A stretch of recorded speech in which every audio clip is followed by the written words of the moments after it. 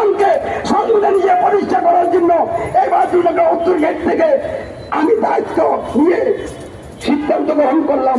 আমি সাথে সাথে তার সাথে সামিল হয়ে যাব। অত সে আমার আমির মানবে অথবা আমি তাকে আমির মানব।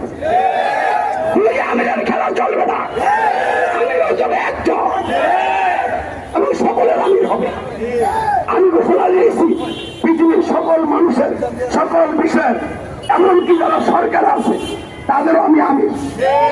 দুই চার মনের বিশ্বাস এই ঘোষণা দিতে পারে দেখ তিনি বাংলাদেশ জামাত ইসলামীর আমির শহীদুর রহমান সাহেব এই ঘোষণা দিতে পারলে দেখ, বাদুল মোকামের খতিব সাহেব পারলে ঘোষণা দেখ।